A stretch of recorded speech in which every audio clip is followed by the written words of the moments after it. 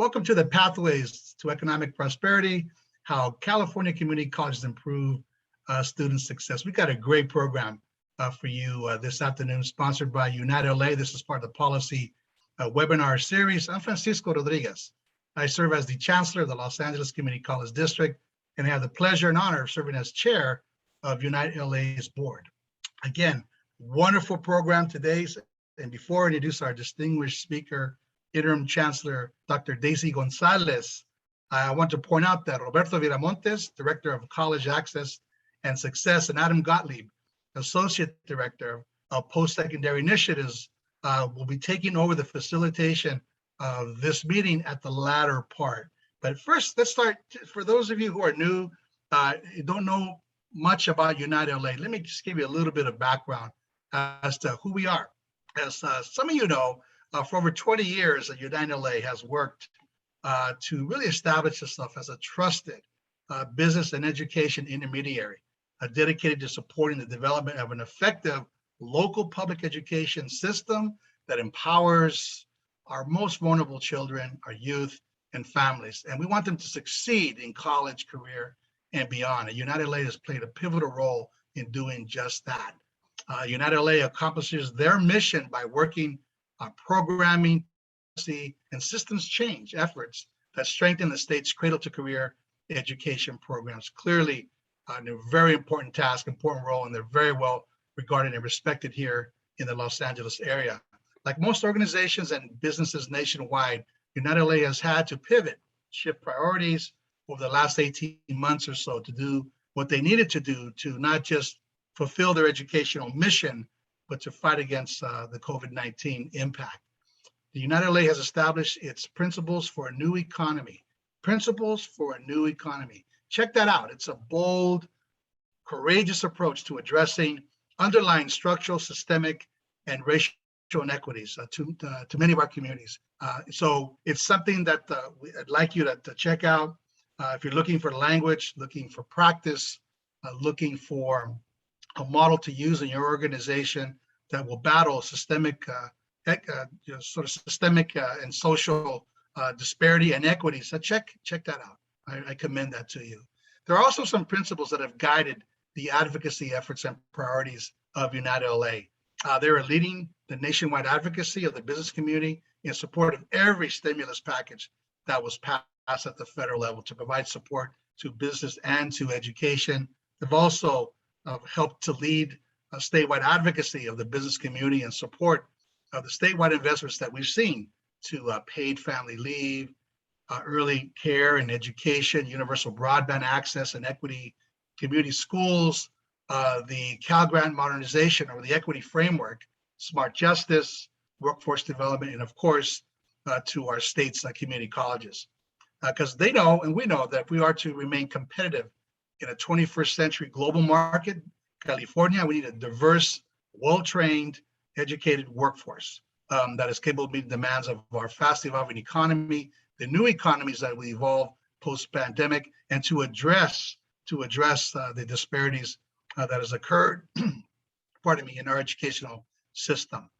Fortunately, and this is very, very good news, the news of the state budget and the state budget passing was much better than anyone had indeed anticipated. The state just passed the biggest budget in its history, and its investments to education are indeed historic, and they've made significant investments to the California community college system, some one-time and some ongoing funds. So it's very, very important. But what we need to recognize also is that this pandemic has been lopsided in so many ways. The economic recovery and resilience that we've seen so many of our community members experience has been indeed disproportionate. And what I mean by that is that those who have been able to navigate this pandemic, as inconvenient as it has been, have been those who have been educated, those who have been insured, those who are housed, those who are employed, and those who have access to the internet. Those who haven't been able to navigate this as well as those who don't have access, reliable access to the internet, who are uninsured, who are unemployed or underemployed, who are indeed unhoused, and those who have less education. Well, the California Community College system, we're proud to serve and educate that latter category, the students and families and communities that are in that worst category. So that was in large part why the state government and the federal government has invested in the community college system to redress not just the horrific, in some cases, devastating impacts of the pandemic that has occurred over the last several months, but also to address the historic and ongoing structural racism that has occurred that has led to disparate outcomes for our communities that are underserved and indeed low income. So those investments are absolutely necessary, and we thank the governor, the current administration, and the legislature for their support, their trust in supporting our students and fulfilling our mission. All right, now let's get on to why we're all here.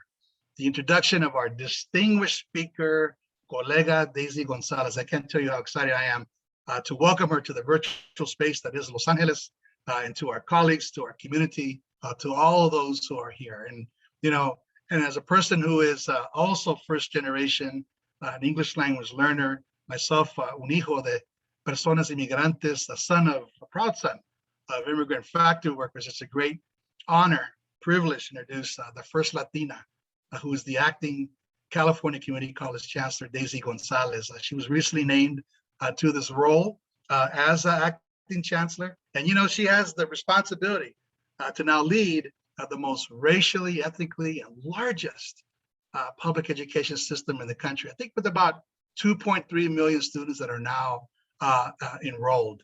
Prior to joining the Chancellor's office as Deputy Chancellor, Dr. Gonzales was the principal consultant for the Assembly Appropriations Committee, a very important committee, where she was responsible for subject matter expertise, analysis, and political strategy in some very key areas of higher education, K-12, education, jobs, and economic development. You may have heard a little bit about Dr. Gonzales' story as a former foster youth and of course, the first-gen college student. And we're particularly proud that she attended LA Valley College of the LACCD. Dr. Gonzales began her career as a dual immersion teacher and left the classroom for career in fiscal policy and indeed legislation. By way of education, her pedigree is fabulous. Bachelor's degree in public policy from Mills College and her master's and Ph.D. in sociology from the University of California, Santa Barbara. Well, if you don't know this about Dr. Gonzales, you will very, very soon. She's known in the field as an authentic, passionate, equity-minded, and student-centric leader. So with that introduction, let me introduce now colega, our leader for the state system, Dr. Daisy Gonzales. Daisy, welcome. Oh, thank you, Chancellor Rodriguez. It's such an honor. Thank you for this invitation to the Unite LA family. Honestly, when I got your invitation, I was like, I should be introducing Chancellor Rodriguez, but I'm excited for this conversation and very excited to be a part of the Unite LA family. And thank you to all the partners who made this event possible. I think muted. Go ahead and start with your opening remarks. Then I'll have a couple of follow-ups, and then we'll go on with our program. Again, welcome. Wonderful. Well, good afternoon, everyone. Thank you for joining us on a Friday. Very grateful to be here with all of you in this moment as we're thinking about how we bring more students back into our colleges, how we support all of California during this pandemic, particularly those colleges who are impacted by fires. I think we can get distracted by introductions, and what I want you to know about this role in our community colleges and what inspires me to wake up every single morning is really the optimism that we give to all of our students, to California and those who are giving up on their dreams. That's what motivates me. What motivates me is thinking about how we can create institutions that treat people with dignity and respect and empathy.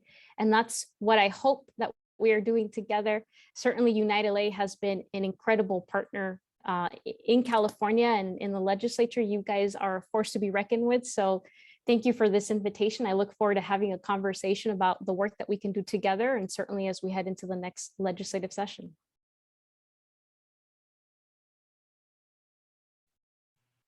What has surprised you about this role? You were in a very pivotal and important role before, but now you're acting chancellor. What's been the most interesting part of this journey thus far?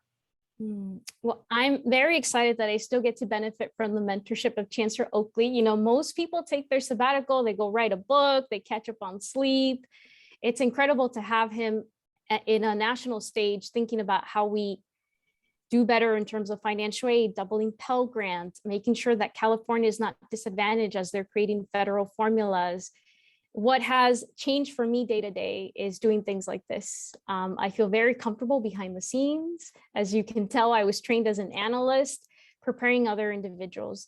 I think my favorite part of the job, this job, is being able to speak to students. It was something that I always had as Deputy Chancellor. One of the biggest changes, I would say, and it's only been 4 weeks, this is week 4, is trying to do this in the middle of a compounding crisis, right? So doing this during a pandemic, asking more and more CEOs like yourself to do just one more thing, right? Even just this week, I mentioned to all of you, being able to help Afghan refugees. And my heart literally wanted to explode when so many of you said, me, pick me, right? Like I want to help Afghan refugees, including campuses who were already trying to survive a fire or in the line of fire. That has probably been both the new thing in the job, right? Trying to help all of you pace yourselves and thinking about how we can bring new resources, and at the same time being so pleasantly surprised by the family that we've created in California's community colleges. Indeed, sometimes in times of crisis like we have now, it's where our humanity can show up in a way that's passionate, in a way that is real, in a way that extends our reach to really become a global family. So thank you for reflecting on that. You know, you're going to be perhaps in the next month or so, if not sooner, visiting with President Drake of the UC system and Chancellor Castro of the CSU. And you'll be there filling that slot for the CCCs. What's that conversation going to be like? And what are you going to emphasize? Well, we've been working across the different segments on transfer. You know, I think one of the most important things that we can think of, especially as we're thinking about campuses impacted by fires, how do we keep our students, faculty, and staff safe during the pandemic? Co-located sites is a really popular trend in other states. You know, Fresno does it really well with their P16.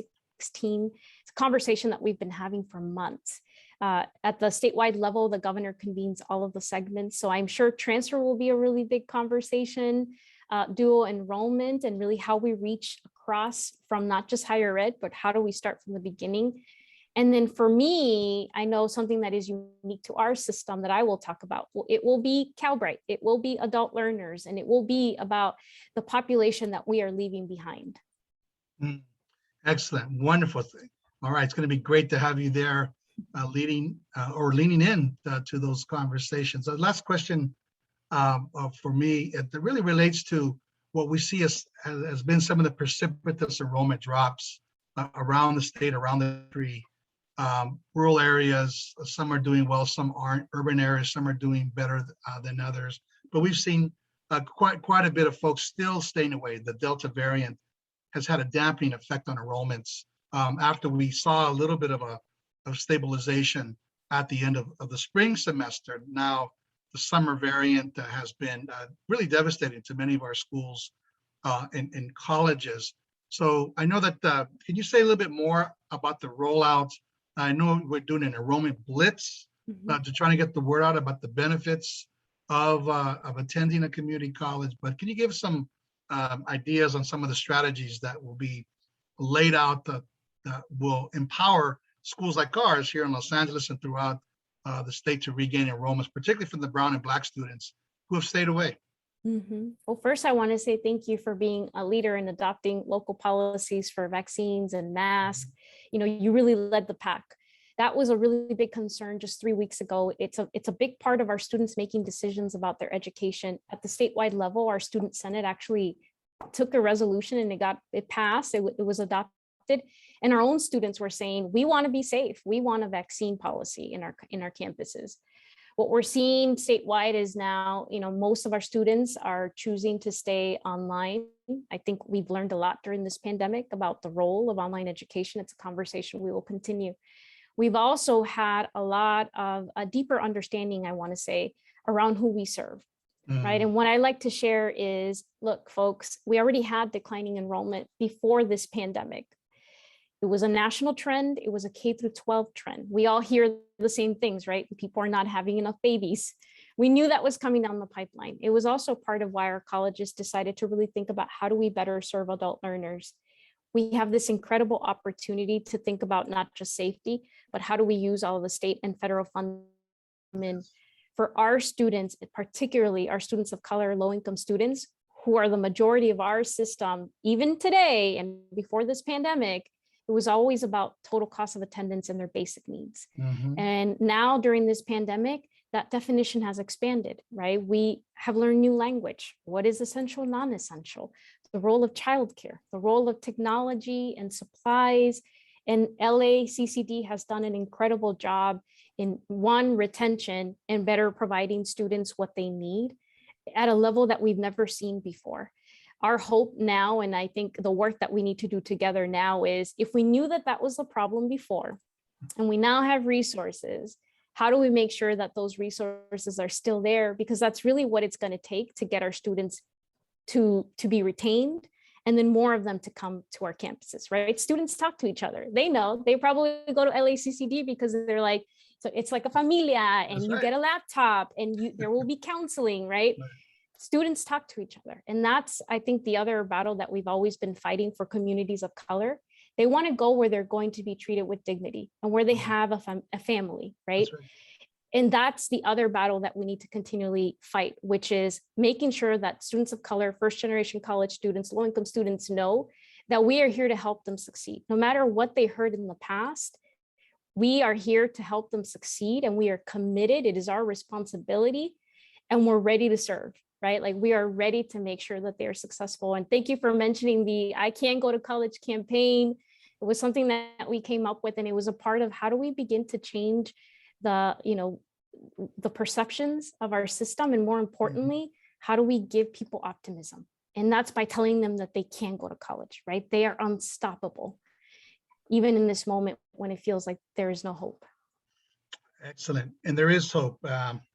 Thank you for that very inspiring as well as practical message of college access. Indeed, you've also, I think, from the system office, have given all of us, you've had statewide impact. You give us, I'll put it this way, Dr. Gonzales, license to talk about not just the impact of the pandemic, but the other pandemic, the pandemic of racism. That is, that without honest conversations about power, privilege, and position, we actually do not get into decoupling or unpacking the vestiges of structural racism. And we actually end up perpetuating the systems that have led to educational disparity. So we have to be purposeful disruptors in this space. And I believe, and I've seen over the last 18 months at the system office with your leadership and leadership of others around the state, that we've been having broader, bolder, more courageous conversations, honest conversations, authentic ones about our institutions, the kinds of climates that we want to create where students feel, like you just said, welcome, respected, and to have a faculty, a staff that reflects the beautiful diversity of the students that we have, as well as the curriculum. And we have some work to do in that space. So I was obviously very pleased of the recent regulatory change that now requires ethnic studies to be part of our community college graduation curriculum. We're thrilled about that and are ready to get on board to hire the faculty, develop the curriculum that will allow our students to see themselves, not just in who teaches, who administers, but what we're teaching in the classroom. So with that, I'm going to bounce. I'm going to turn it over to Adam Gottlieb. He will take it from here. The conversation with Doctora Daisy Gonzales continues. Thank you all for being with us this hour. Adam, to you. Thank you, Chancellor Rodriguez.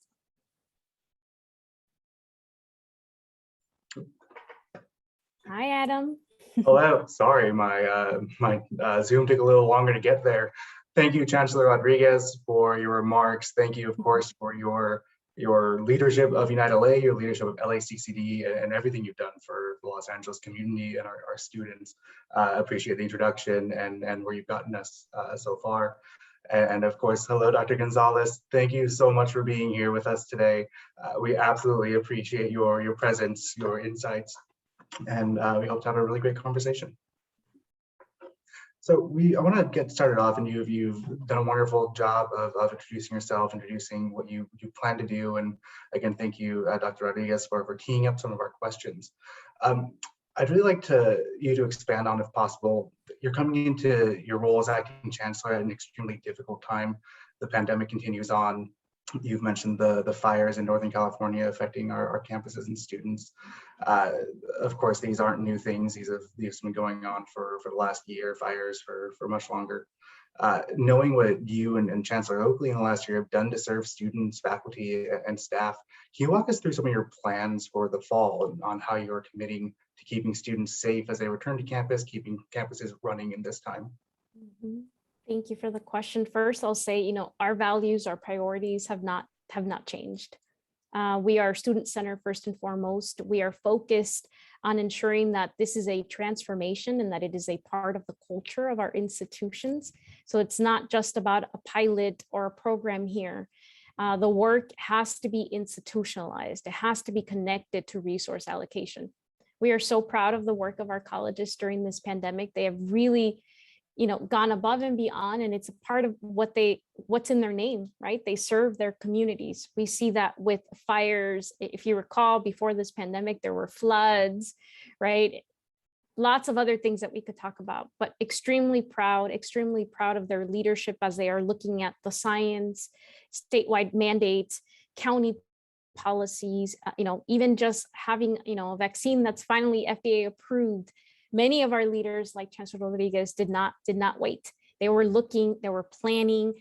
This all of it is by design. I also want to highlight just some of the practices that our CEOs have done, which is they're convening their communities like a family. They sit down and they talk about the science, and they've been doing that since last year. And they've been extremely honest about where we are in this moment. So I know, for example, like Miracosta College, that CEO, they meet every week. They talk about the uncertainty. What are the levels of, of infections in their communities? But here's what it looks like. It looks like 60% of our colleges, it's more of a 60-40 split. Most will remain virtual, more of a hybrid approach throughout 2021. Very important, as of Tuesday of this week, 2/3 of our districts had already adopted vaccine policies, which is really good news, because 3 weeks ago, I couldn't have said that. But it also means that our colleges are being very careful, right? Everything is very much localized. It's based on the county. Very proud of all of our colleges transitioning all of the student supports online, so that it's not just you're getting your classes online, but your EOPS, your counseling, your CalWorks, everything can also be done online. And then what I'm also really proud of is just seeing how our colleges have really taken the lead in thinking about how they reframe basic needs during this moment. A lot of them are having conversations about housing and how that is a barrier to our students, especially those affected by wildfires. Honestly, it's a different conversation, but they are having them. They are leading. They are working across the aisle. Even the example that I can give you this morning is Lassen still continues to operate online instruction. And all of their students that live in dorms are currently at Humboldt State, right? And so creating those partnerships and leading across segments is really important. Very proud that all of our colleges continue to serve their students and make safety and the continuity of instruction their top priority. That's phenomenal here, especially the partnership with Lassen, make sure students are cared for, housed, have the opportunities to remain in school. As United LA has partnered with LACCD, other campuses from all three segments in the past year, being able to work with the CEOs, being able to work with the staff on campuses and in districts to really provide for students, seeing it firsthand has been magical, almost, being able to really make sure students are served, and seeing the commitment of the segments and the community college system specifically has been absolutely wonderful. So thank you. Thank you. we're excited, of course, to continue to help make campuses safe and continue to adapt as times go along, however we can. As we think about those students coming on, and you touched on this with Dr. Rodriguez a bit, and I'd like to take us a step further. As you noted, it's been a trend of declining enrollment for a number of years. The pandemic, of course, did not help that at all. As we know that the community college system is one of the largest producers of our economic workforce, of those that we really rely on across the state, what can we do to think about supporting students and campuses to build back that enrollment, specifically with the thought of building our economic prosperity at the same time? Yeah, thank you for that question. And it's very important that we start to think about how are we going to prepare, right? Because I think right now, as I'm speaking to students and faculty across the state, they want to give their students hope, but they're also looking at the economy and the jobs that are actually available, right? So it's almost like this, like going around in a circle during a crisis. And in a crisis, it's really important that we stay focused on where we're heading. Otherwise, it really will feel like you have no hope. But very excited to talk about this conversation because I did touch on the fact that declining enrollment was here well before this, that we have been, demographers have been looking at what's happening to California and the fact that K-12 is also losing enrollment. We're also seeing this as a national trend. I will say it's not the case for all of our campuses, right? This idea of declining enrollment. Some of our campuses have also seen increases. And a lot of that has to do with the partnerships that they are making with employers in their regions, right? Dual enrollment has also been a lifesaver for K-12. When K-12 schools couldn't open during this pandemic, our colleges were there and they were serving those dual enrollment students. And that's how the K-12 students were able to have continuity of instruction. On the other end, those that are doing really well in the non-credit world or for stackable credentials are the ones that are working with their workforce partners. What's needed in terms of essential workers? How are we preparing a region for the future? I highlight that because it's also important to know who we're serving and not serving, right? Already today, 40% of our students are over the age of 25. That means that they're working learners, they are adult learners. When you look at the potential of who else we could be serving in the state, 6.8 million people over the age of 26 who are not currently being served by a community college. That is the population that can uplift entire regions. And we know that regions like Los Angeles have incredible potential to bring back students and to give people hope when they have lost their jobs, right? When their entire sectors have been designated as non-essential, right? I think we need to stay flexible, adaptable, but always planning. As I think about solutions and how we work together, very important is helping legislators at the statewide level make that mind shift. So making the shift between financial aid and total cost of attendance, right? And you all have been really helpful as you think about the communities that you serve and thinking around technology, childcare, housing, food insecurity. I've seen some of the work that you guys do in terms of work-based learning, and then the wraparound services that you ensure that your employers are providing. That mind shift is really important, helping people understand who we actually serve and what it's going to take to help them be successful. The other piece is, I mentioned the colleges that are working with employers. Employers that are in this moment providing childcare are obviously a lot more appealing, certainly to the population that we serve. We have more than 30% of our students have one or more dependents. That is a really big decision. I know parents out there who are probably listening are like, yes, I hear you. We see that all around. And I think the last big piece is just really having folks like Unite LA, regional labor partners think about, one, challenging community colleges, releasing regional data and gaps. And I think, as I speak to CEOs across the state, one of them is, how do we get together with our labor partners? And I think it's both ways, right? I think I often talk about how trust is a relationship. Are you reliable? Are you competent? And then do people then trust you?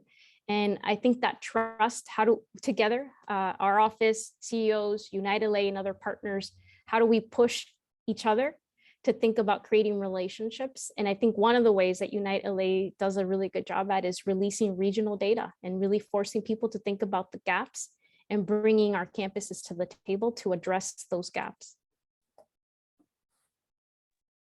Thank you for that. We often say here that we move at the speed of trust, and a lot of that is making sure that our partners, both on the education side, on the industry labor side, know that the numbers that we release, what data we bring to the table, isn't data to accuse anyone of anything. It's data to help everyone grow from it. And I'm so happy to hear that your perspective is aligns with that, and that we can help you with that in the future. Thinking of how we grow that enrollment, how we continue to the partnerships. You brought it up, the I Can Go to College campaign. A great new effort to make sure that we employ better marketing opportunities to communicate the value of an associate's degree or certificate, or even an articulated transfer pathway. You also mentioned efforts like Calbright College, something that we've been a proponent of since day one, to bring back adult learners and make sure that everyone has an opportunity to earn that degree or credential that is not only going to help them, their family, the economy, and so on.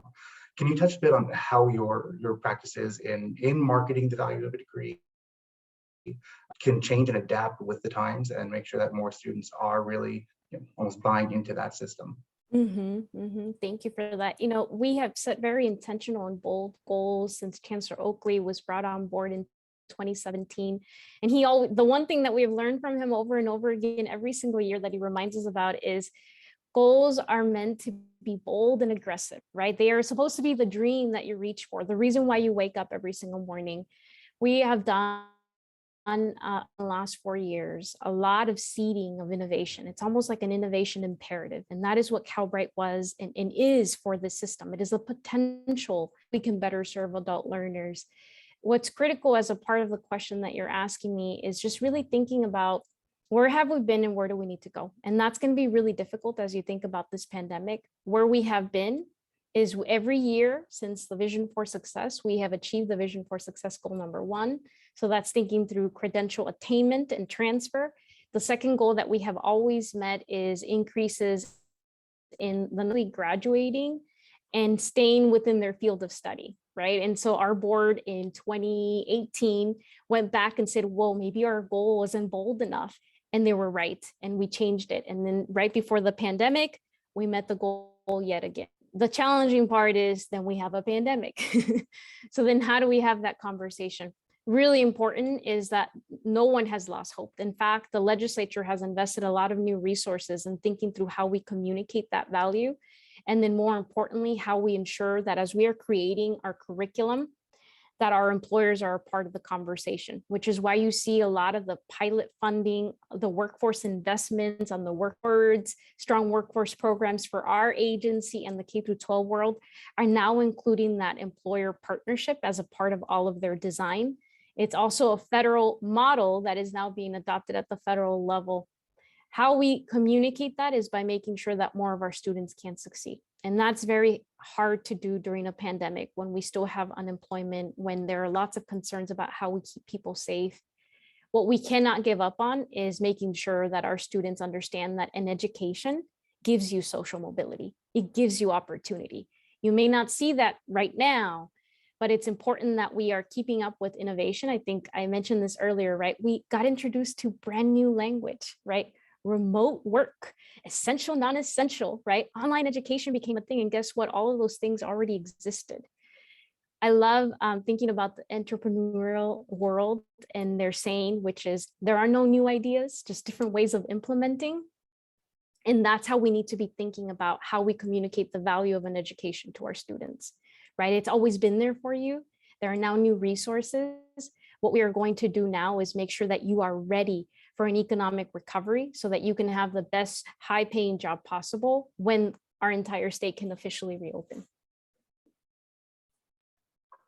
That's such a wonderful way to put it, and that's such a wonderful way to help students grasp the opportunity that their education can not only provide, but really that they can work into their own education, that they can create the opportunities for themselves. You mentioned Vision for Success, and I'd love for you to dive a little deeply into there. In case some of our audience isn't familiar with the Vision for Success, you went over some of the goals, but I would love for you to talk a bit about what the goals are and what progress is being made on it. You mentioned that you're saying that you met goals, you need to change them again to make sure that you're really striving for something else or striving for something greater. Are there particular things in the goal that you're now thinking of adapting or in the process of adapting that really hit on the mark of making sure that more students have opportunity or more degrees are conferred that are relevant to not only regions but the statewide economy? Yeah, thank you for the question. I love talking about the vision. So we have 6 goals and we have 7 commitments. What's important for us, and I talked a little bit about this with Chancellor Rodriguez, it's about that cultural shift, right? We can create goals, but unless you're connecting it to the structures and your funding allocation, you haven't really changed anything, which is why when we think about innovation, and this would never work in terms of like businesses, right? Because they know that you either adapt, innovate, or you will become dinosaurs, right? So for us, it's about how do we build it into the fabric of the largest system of public higher education. We have 6 goals very clearly. At the center of all of this is equity, 20% increase in our degree attainment. That includes CTE credentials. We have met that every single year before this pandemic.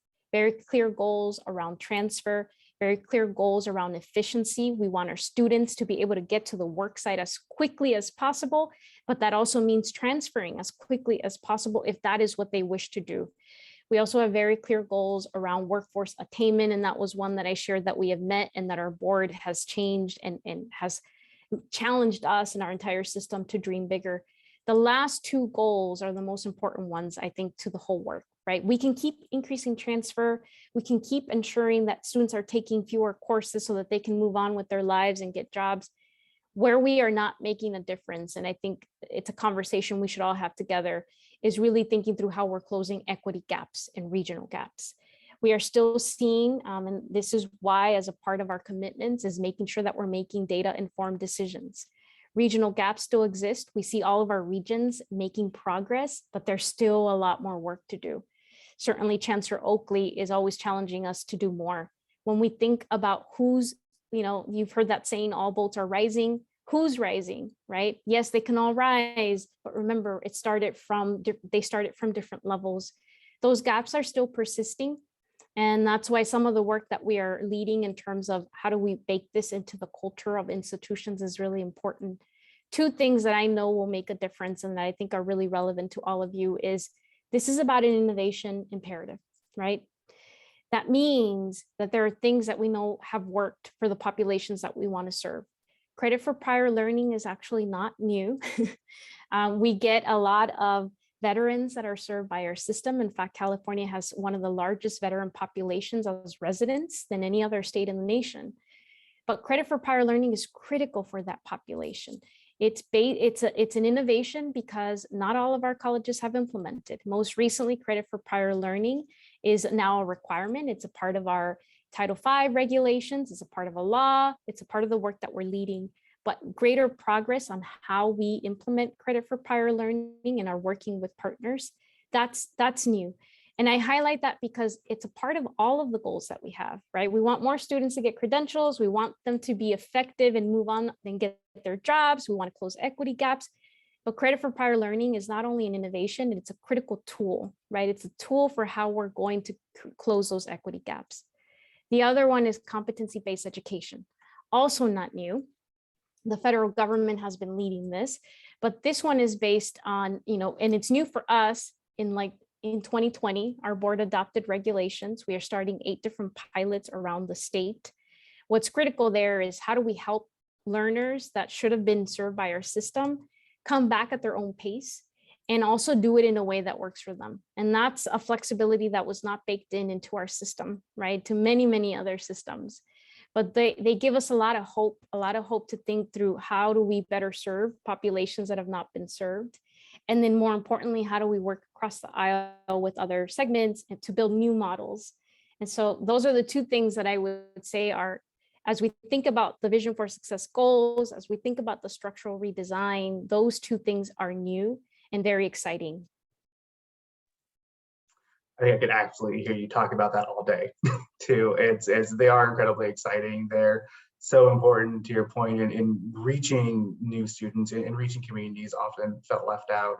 And I dare say that we might have a moment now to do so. Thinking about the budget, thinking about the historic investments made this year. And of course, we know it was made this year by the generosity of the federal government, by the California's ability, what's the phrase, not to sleep on a crisis, right? It has flooded funds into the community college system like never before. And to your point, it's for actions like diversity, equity, inclusion, for basic needs, for better aligning workforce. And I know at least in the May revise, kind of prior learning was a major point for the governor. And this is something that, starting with his predecessor, is something that they want the state to invest in. And I'm glad to hear the community college system is leading the way in that. So thinking about the students that we can serve, now with the funding, especially as Dr. Rodriguez told us that much of this funding is long-term, but much is short-term. Can you talk a little bit about what your planning process is to use these short-term funds and how you feel they can best impact students? Mm-hmm. I do think we were very lucky in this last budget session. A lot of gratitude to the state legislature and to all of our colleges who have really been doing the work and showing that this is possible, right? So when we think about competency-based education, huge investment in the legislature for that, huge investments for work-based learning. Also not, something that is statewide yet, but a lot of our employers are very much invested in having our students work with them and even learn and earn programs, right? It's how do you institutionalize it and make it statewide? And there were a lot of resources for that in this last session. And that can only be through the partnerships that our colleges have done and the great work that they have seen, right? So the outcomes that they are achieving. How are we thinking about these resources? Also, a lot of resources for basic needs in this state budget. You mentioned a few of the other ones that are really critical and important to us. A lot of them are on the financial aid side. So for those, what we're doing is we're working across the aisle. So one example I can give you, there was a displaced worker, a new Cal grant for those that have been displaced by this pandemic. And it could mean $1,000 to $2,500 more if you were displaced. So we are working with CSAC to create an advisory that would create the metrics so that then we know how to hand out the resources, what type of programs would qualify. Lots of other resources we're also giving to Department of Labor, our workforce boards on the county level. So being able to create the guidance, one, to make sure that our colleges know that it's available, and then two, the types of partners that it would take to be competitive. A lot of these things are competitive grants. It's the way that our state, in a prior lifetime, I did budgets for the state assembly.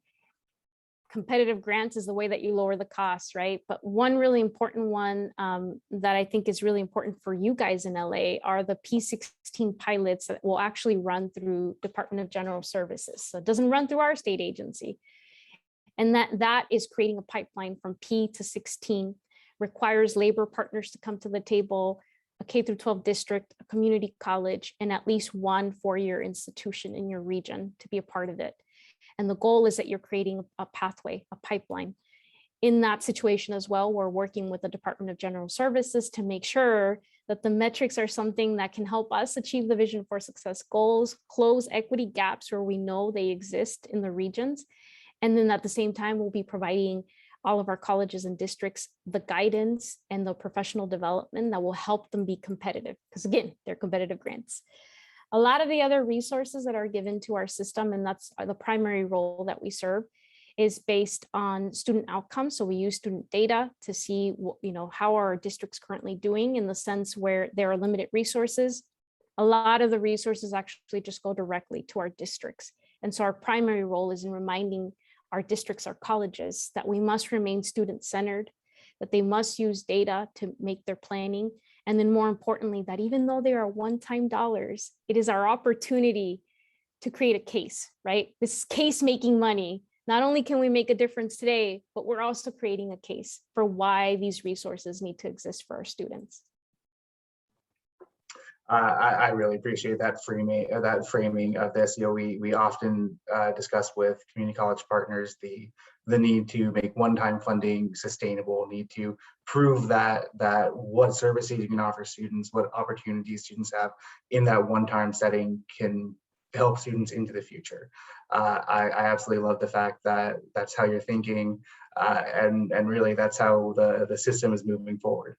It's so good to hear as a partner of the system, and it's so good to hear as an organization that really wants to see the best and work with you to make sure the best happens for our students. With that, I'll say that's about all the time I have to ask our United LA specific questions. I do, however, want to turn it over to our audience. So for that, I'm going to introduce my colleague, Roberto Montes, our Director of College Access and Success. He's going to moderate a discussion regarding what our audience would love to know. I want to thank you again for your time and for being here, and appreciate your partnership and that of the future. Oh, thank you, Adam. Hi, Roberto. How are you? Doing well, doing well. Thank you for leading us through an engaging and informative discussion. We greatly appreciate it. And at this moment, we'll turn over to the Q&A portion of the program. These are questions that we receive from our attendees and from our audience members. And then looking at some of the questions, some of them will touch on some of the elements that you've already touched on earlier during the webinar. So this would be a really good chance to even go into maybe some greater detail in some of these areas. We'll go with the first question. This is related to early care and education providers across California. I know that you know that the strain of the pandemic was devastating, right, for a number of sectors across the workforce. And this includes early learning providers. The early learning system in California faced economic hardship because of COVID. Many providers were closing their programs because they were unable to sustain operations with diminishing enrollment. So with that, the question is, moving forward, is there a vision or a strategy for how community colleges can engage and support this sector of EC providers? And the question came from Rio Hondo College. What has been happening in that area is deeply connected to the way that our economy can recover, right? Which is why when we look at statewide policies and vaccine policies, we can't have the conversation without knowing what's happening to our early childcare providers, what's happening in K-12, right? Full circle. And I know that you guys know that.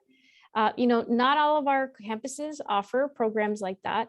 What I have seen in some of the really successful campuses that was also a really big challenge is all of the conversations around pre-K, whether it's, child care providers or it's in the pre-K world. There is a lot more need than we are ready to serve, right? And what I mean by that is the need is so incredibly immense. I think locally, some of the regions have a more difficult time, and I think that's based on cost of living, how the cost of living is different from San Francisco than it is from Lassen, right? I think that would be something that we should work on together, thinking about what are the regional approaches to provide that, to ensure that our campuses are ready and prepared. I do think that this is a really big focus at the federal level at the moment. And so we have an incredible opportunity as we're thinking about this. Crossing our fingers that if the American Families Plan passes, and then here locally, we know that there will be additional resources that our own governor will have the opportunity to then disperse. How are we preparing regionally to ensure that not only are there programs, but as we think about the basic needs of our own students, that we're also meeting those needs there. So I look forward to having that conversation with United LA. Perfect. Thank you for that. Moving on to our next question. We have another question here on the role of community colleges and the recovery of Los Angeles and California in general. And this is a two-part question. So first part, how do you see the role of non-credit education within the larger effort to pull ourselves out of this economic downturn? And then the second part is what resources can the Chancellor's office provide to these programs? And that question came from Mount San Antonio College. The first thing I'll share is that as we think about non-credit, I want to make sure that we're all defining it and thinking about it in the same way, right? So there's the non-credit world is an incredible opportunity, especially for someone like me, right? I was an English learner. There are a lot of folks that take non-credit courses in our system, really incredibly valuable. What's equally important is that as we're building non-credit courses, that there is a direct path to the credit world, right? That the pathway doesn't end there. And if that's what we're talking about, then we're talking about the same thing, right? Okay, good. So as we think about that world, one, making sure that there is a deep connection there. There is an incredible value, particularly during this pandemic, as we're looking at enrollment. Non-credit world has actually been a lifesaver for some of these districts.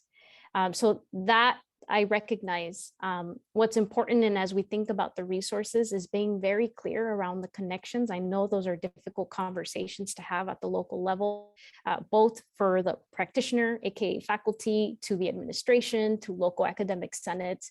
What's important is that we can all come to the table and agree that there is a value in both credit and non-credit, that there needs to be a path between the two of them.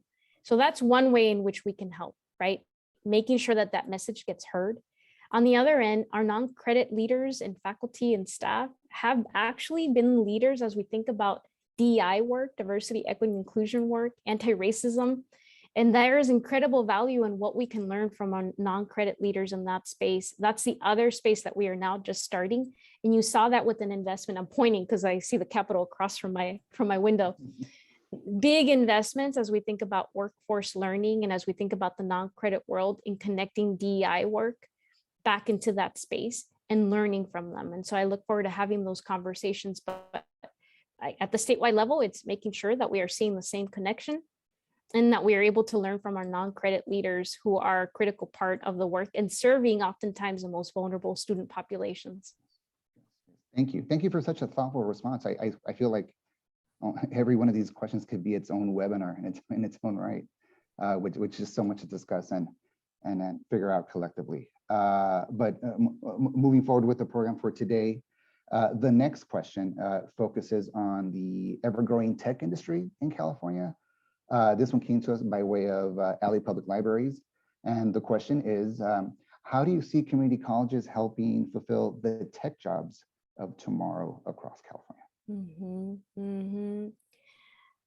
My goodness, that's its own webinar.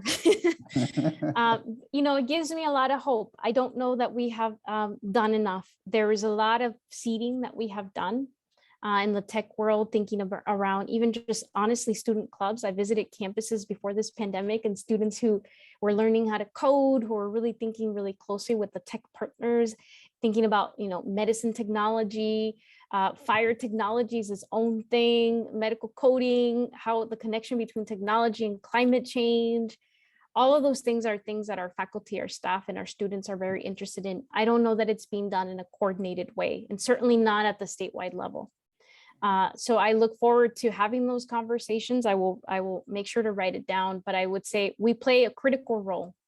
I think the transition is slow as we're thinking about preparing for that next phase of how we use technology as a tool to help us in this recovery. And then certainly as we're seeing what climate change can do to our state, to this world, technology has to be a friend, right? We shouldn't be afraid of it. So.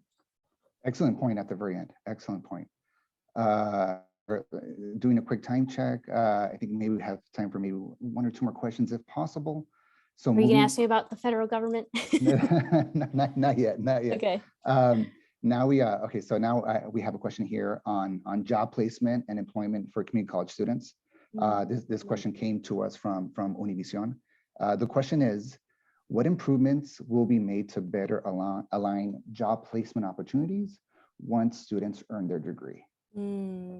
There are three really big key themes that I touched on earlier, right? One of them is earn and learn programs where our students are learning, where the employer is a part of that, where they are literally fitting a need for an employer. Those are really critical.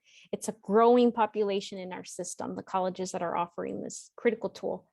The other one is really honestly the hope that we have in competency-based education. One incredible model is the work that Calbright is doing statewide, right? They're creating programs, that they are creating both the counseling that it takes someone onto a program and help them persist through their education back to the employer. That hasn't been done statewide. So incredibly hopeful for the work that Calbright is doing, placing students, making sure that it's literally you are mastering a subject so that you can be placed in your job. And at the same time, building in the adaptability so that the student has social mobility, right? Because I think we all grew up thinking, or at least I did, every job is an opportunity to get you to that next job, right? And that's what Calbright has done and has built for their students. The other really key piece of this is really thinking about work-based learning, also not being done statewide, huge investments across the street here in Sacramento with the federal government as well, Work-based learning for us are apprenticeship programs, internship programs. I don't know about you, and certainly it'll be really hard for our students during this pandemic, but internship programs were critical, right? Being able to be in a work site, helping you prepare you in a different way, creating for the students that we serve, the social capital to help them succeed, the networks, those things create a career, right? And work-based learning is a really critical way in which we do that. I know United LA does a lot of work with apprenticeships and work-based learning. So I know you all do that really well, especially in the medical field. Thank you. Thank you for that. Great response. We're coming close to the end. However, Chancellor Gonzales, if you will humor me, I'm getting messages from friends and partners trying to squeeze in last minute questions for you. I got one that would definitely love to raise for you in terms of digital equity. How are community colleges addressing digital equity issues in their communities? Mm-hmm. You know, a lot of we're a really big system, right? 116 colleges. What I will say is a lot of our colleges, like the colleges in Dr. Rodriguez's district, have used their federal funding, their state emergency funding to close those divides. They have handed out not only hotspots, but laptops. They are thinking about the ways in which they also need to provide, software, whatever it takes for that student to succeed. So that had never been done at this scale. And seeing those flexible dollars be used in that way is one of the ways in which they're doing that.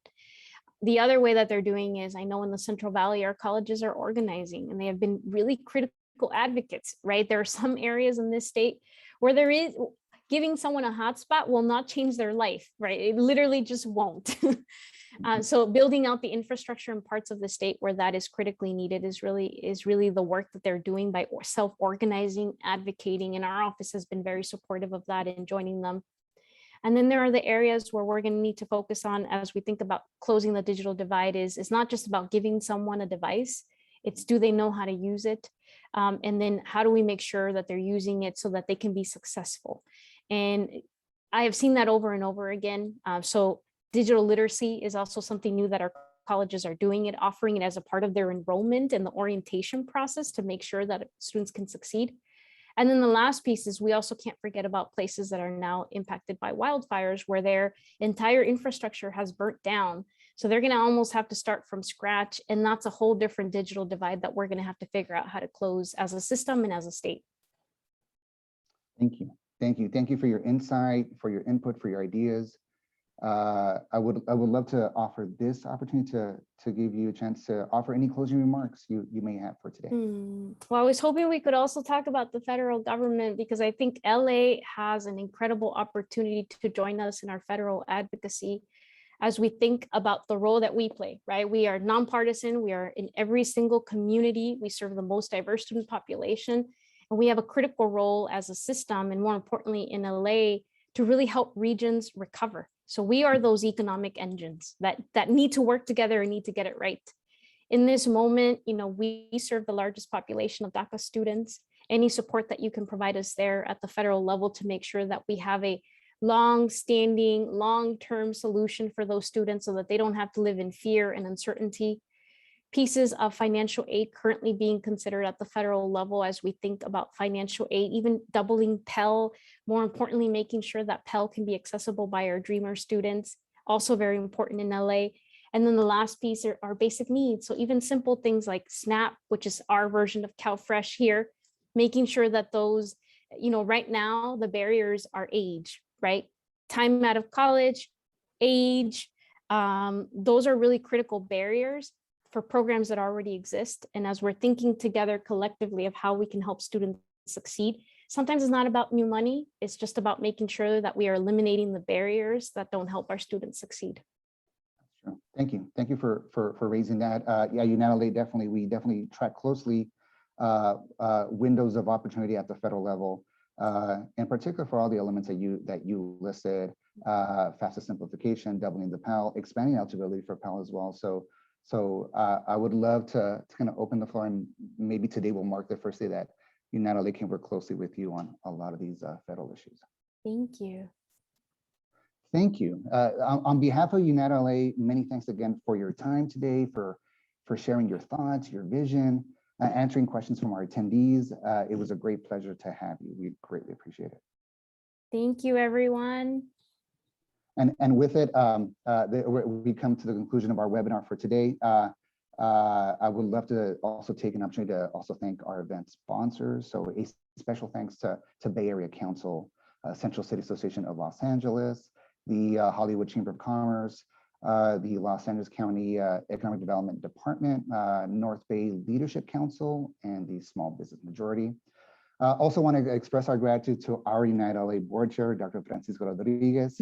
Thank you. And thank you all for joining today's conversation. Lastly, before we go, want to make sure that folks mark their calendars for our next policy webinar.